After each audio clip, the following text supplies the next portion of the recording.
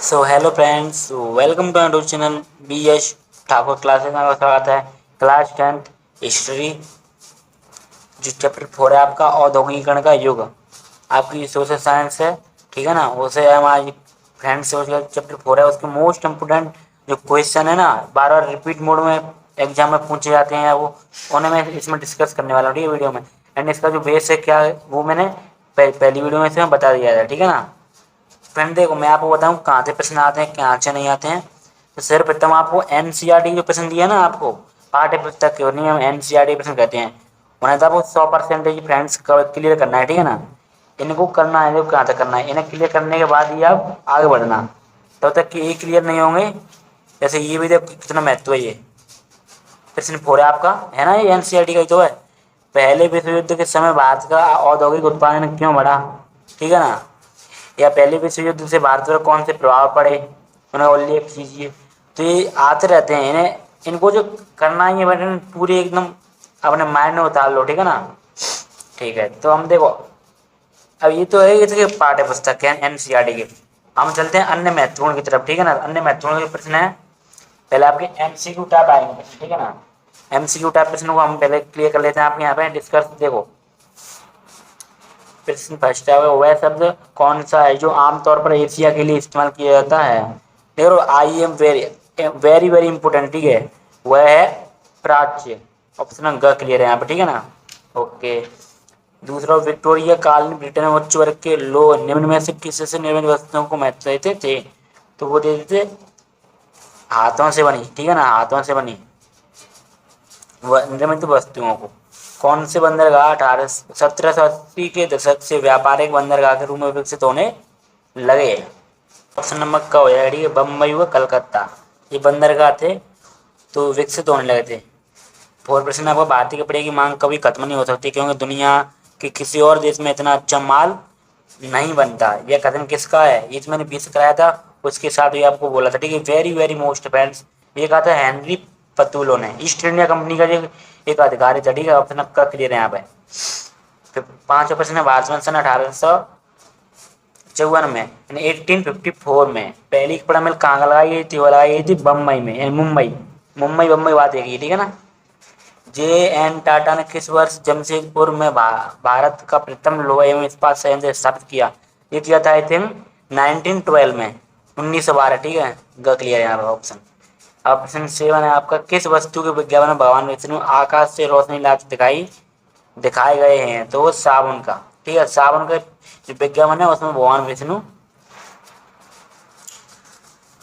ठीक है।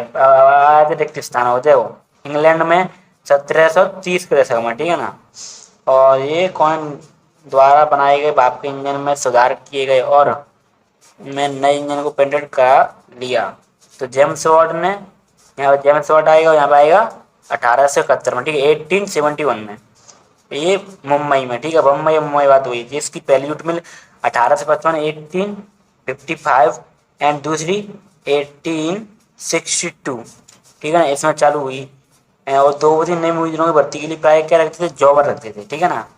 अब फ्रेंड्स आया था अति लघुत्तरात्मक प्रश्न की तरफ। देखो, आपको मैं पहले बोल देता हूँ, मैं 2 3 वीडियो में पहले ही बोल रहा है। आपके पास कुछ भी हो, जैसे कि संजीव हो, एक्सीलेंट हो, या कोई भी अन्य आपकी जो गाइडलाइंस बुक हैं, उनसे आप याद कर रहे हो ना, तो अति लगातार प्रश्न तो आपको करने हैं। एंड एमसीक्यू और रिक्त स्थान सभी क्लियर करने हैं, माइंड में बिठा लो, क्योंकि इन्हें आप बनाकर नहीं कर सकते हो, ठीक है ना। जैसे कि प्रश्न है, किस म्यूजिक कंपनी ने अपनी पुस्तक की जिल्दबंद दी गई तस्वीर में नई सदी के उदय का ऐलान किया था। तो ये मैं पहली वीडियो में बताया था, ठीक है ना। तो ईटी पॉल म्यूजिक कंपनी, इसका नाम वेरी वेरी मोस्ट है, आप ये ध्यान रखें, ईटी पॉल म्यूजिक कंपनी, और तो हो जाएगा। गिल्ड से आप क्या समझते हैं, तो ये उत्पादकों के संगठक होते थे, ठीक है ना, जो जो क्या है, कारीगरों को प्रशिक्षण प्रदान करते थे, नियंत्रण, उत्पादकों में नियंत्रण कर रखते थे, प्रतिस्पर्धा में मूल्य तय करते थे। वो इंग्लैंड के कपड़ा व्यापारी किसी से ऊन खरीदते थे, प्रश्न थर्ड है, तो खरीदते थे व्यापारी स्टेपलर से ऊन खरीदते, ठीक है ना। प्रश्न फोर, इंग्लैंड का कौन सा शहर फिनिशिंग सेंटर के नाम से जाना जाता है। तो लंदन, लंदन शहर फिनिशिंग सेंटर के नाम से जाना जाता है। प्रश्न फोर आपको फाइव, आदि औद्योगिक व्यवस्था की प्रमुख विशेषता क्या थी। आदि औद्योगिक व्यवस्था पर सौदागरों का नियंत्रण था और वस्तुओं उत्पादन कारखानों की वजह घर पर ही होता था, ठीक है ना। ये इसकी क्या विशेषता है, क्योंकि उनका सौदागरों का नियंत्रण था। ये तो ये विशेषता हुई। सेकंड विशेषता ये कि वस्तु का उत्पादन था वो फैक्ट्रियों यानी कारखानों में न होकर घरों पर होता था। ठीक है ना। ओके, अब आगे बढ़ते हैं फ्रेंड। 17वीं व 18वीं सदी में यूरोपीय शहर में सौदागर मांग के होते हुए भी उत्पादन नहीं बढ़ा सकते थे। क्यों? ठीक है ना। सीबीएसई बोर्ड में 2013 में पूछा गया है, तो ये तो आपको करना ही करना है। देखो प्रश्न वही है कि इसका सेकंड मतलब कैसे आया पेपर में। औद्योगिक क्रांति से पूर्व यूरोप के नए व्यापारियों को नगरों में औद्योगिक इकाइयां स्थापित करने में आई किन्हीं 3 प्रमुख समस्याओं को स्पष्ट कीजिए। देख रहे हो, उत्तर तो एक ही मिलेगा, बट आपको प्रश्न घुमा के दे देता है, तो आपको भ्रमित नहीं होना है। जो जिस इसके बारे में जो आपको ज्ञान है या जो इसे जानते हो उसको आप लिख दो बस, आपको नंबर मिलेंगे 100%। देखो तो वही लिखना है, 17वीं 18वीं सदी में यूरोपीय शहरों में सौदागर मांग होती हुई निम्न कारणों से उत्पादन नहीं बढ़ा सकते थे। तो कौन कौन से कारण थे? पहला था शहरी दस्तकार व व्यापारिक गिल्ड से बहुत अधिक ताकतवर थे। गिल्ड से जुड़े जो उत्पादक कारीगरों को प्रशिक्षण देते थे, उत्पादन पर नियंत्रण रखते, प्रतिस्पर्धा तथा मूल्य तय करते। ठीक है, व्यवसाय में आने वाले नए लोगों को रोकते थे। शासकों ने भी विभिन्न गिल्ड्स को विशेष उत्पादन व व्यापार को एक अधिकार प्रदान रखा था। ठीक है ना। अब देखते हैं हम, देखो एक इसे कर लेना आप। 19वीं सदी के अंत में कपास के उत्पादन में बहुत अधिक वृद्धि हुई। यह वृद्धि उत्पादन प्रक्रिया में कौन कौन से बदलावों को परिणाम थी, संक्षेप में बताइए। देखो इसमें बहुत निम्न परिणाम क्या थे, बदलाव आए थे। जैसे कि 18वीं सदी में कुछ नए आविष्कारों को उत्पादन प्रक्रिया के आविष्कारों ने उत्पादन प्रक्रिया के प्रत्येक चरण जैसे कि कार्डिंग, ऐंठन, कताई व लपेटना आदि की कुशलता बढ़ा दी। मैगी नई मशीनें कारखानों में लगने लगी। कारखानों में समस्त प्रक्रिया एक ही छत के नीचे और एक मालिक के हाथों में आ गई थी। अब उत्पादन प्रक्रिया पर निगरानी, गुणवत्ता पर ध्यान व श्रमिकों पर ध्यान रखना संभव हो गया था। ठीक है ना। ठीक है, अब इंग्लैंड में थर्ड है। अब इंग्लैंड में औद्योगिकरण के दौरान प्रौद्योगिकी बदलावों की गति धीमी थी। कारण दीजिए। तो इसके 2-3 कारण दे देना आप। जैसे कि नवीन तकनीक बहुत अधिक महंगी थी। ठीक है ना। मशीनों का अभाव था, जैसे इस तरीके से कर सकते हैं आप।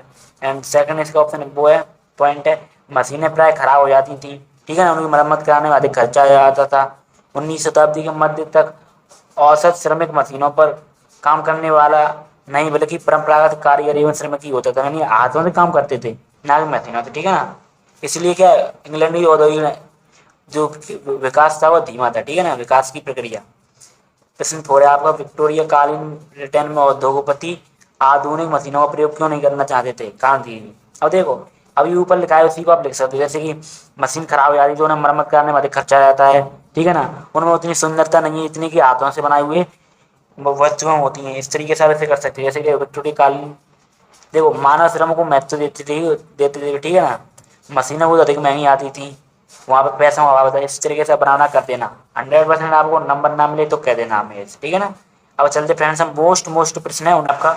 1760 ईस्वी के दशक के पश्चात ईस्ट इंडिया कंपनी भारत से होने वाले कपड़े के निर्यात को और अधिक क्यों फैलाना चाहती थी। ठीक है, जिससे आप इसलिए ऐसे लिखेंगे आप, 1760 के दशक के पश्चात ईस्ट इंडिया कंपनी अपनी सत्ता को सुदृढ़ीकरण की शुरुआत में भारत के कपड़े निर्यात में गिरावट नहीं आई।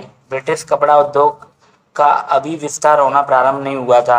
यूरोप में भारतीय कपड़े की बहुत अधिक मांग थी, इसलिए ईस्ट कंपनी ने भी भारत से होने वाले कपड़े के निर्यात को ही और अधिक फैलाना चाहती थी। जैसे कि आप जानते हो भारत का जो कपड़ा है वो दुनिया के और किसी देश में नहीं बनता। ठीक है ना, बहुत मुलायम। अब तो ऐसा हो गया, लेकिन पहले जो था बहुत बारीक था कपड़ा। ठीक है ना, भारत के कपड़े का लाजवाब होता था। अब देखो आप इसे कर सकते हो। प्रश्न 13 अब मैनचेस्टर के उद्योगपतियों ने भारत में कपड़े बेचने के लिए लेबल का प्रयोग क्यों किया। देखो आप जानते हैं जो उद्योगपति थे उन्होंने लेबल का प्रयोग इसलिए किया क्योंकि भारत के लोग हैं वो देवी देवताओं को ज़्यादा मानते हैं, इसलिए उन्होंने अपने लेबलों में देखो देवी देवताओं को लगा दिए। एंड किसी जो महान इंसान थे जैसे महात्मा गांधी एंड लेखक, कवि, पोएट, उनके फोटो लगा दिए थे। क्या, जिससे उनका जो व्यापार है और अधिक बढ़ जाता था। ठीक है ना। और फिर लिखा क्या रहता था, लेवल पर लिखा रहता था। जब किसी लेवल पर मोटे अक्षरों में मेड इन मैस्टर यानी मैनचेस्टर के द्वारा बनाया गया ये लिखा रहता था। ठीक है ना। अब देखो फ्रेंड्स, हम वेरी वेरी मोस्ट आप इस सवाल इसे कर लेना, ये वाला निबंधात्मक, ठीक है ना। औद्योगिकरण से आप क्या समझते हैं, इसके प्रारंभ इंग्लैंड में क्यों हुआ है, स्पष्ट कीजिए। 2012 में पूछा गया है, राजस्थान बोर्ड, ठीक है ना। तो देखो, औद्योगिकरण यानी उद्योगों की वृहत रूप में स्थापना। उस औद्योगिक क्रांति की देन इसमें वस्तुओं का उत्पादन मशीनों द्वारा होता है, ना कि मानव श्रम द्वारा। उत्पादन बड़े स्तर पर होने के कारण उसकी खपत के लिए बड़े बाजार की आवश्यकता होती है, ठीक है। देखो, और इंग्लैंड में शुरू हुआ क्योंकि इसके इसकी क्या पॉइंट डाल रहे हैं, जैसे कि हेडिंग, इंग्लैंड की भौगोलिक स्थिति काफ़ी अच्छी थी, ठीक है ना। बंदरगाह थे वहाँ पे जो औद्योगिकरण के लिए आवश्यक तत्व हैं। खनिज पदार्थों की उपलब्धि, वहाँ पे खनिज पदार्थ भी अधिक थे। नई नई मशीनों का आविष्कार, क्योंकि इंग्लैंड में मशीनों का आविष्कार हो चुका था, ठीक है। मजदूरों की उपलब्धता, वहाँ मानवीय श्रम भी अधिक था। परिवहन की सुविधा, इस तरीके से आप लगा सकते हो, ठीक है। ओके। एंड एंड लास्ट में इसे कर सकते हो, ब्रिटिश निर्माताओं ने विज्ञापनों के माध्यम से भारतीय बाजार पर किस प्रकार नियंत्रण स्थापित करने का प्रयास किया हो, उदाहरण देकर समझाइए, ठीक है ना। ये भी 2012 में पूछा गया, देख लो। तो इसे हेडिंग डाल के लिख सकते हो आप, विज्ञापन द्वारा लेबल लगाकर, ठीक है ना। कैलेंडर कैलेंडर छापकर भी बहुत व्यापार बढ़ाने का। एंड है महत्वपूर्ण व्यक्तियों के चित्र, जैसे कि देवी देवताओं हो गए, ठीक है, सम्राट हो गए, नवाब हो गए, अच्छे राजा, कोई व्यक्ति है ना, उन्हें फोटो। तो फिर उन्होंने इतना ही आए, खत्म हो गए चैप्टर। वीडियो अच्छी लगे लाइक वीडियो करें। इससे बाद चैप्टर में आपके पेपर में इस चैप्टर से कुछ नहीं आएगा, प्रश्न आया इन्हीं में से घुमा के आएगा, ठीक, घुमा घुमा के। तो इन्हें याद कर लेना ढंग से। मिलते हैं अगली वीडियो में। Thanks for watching.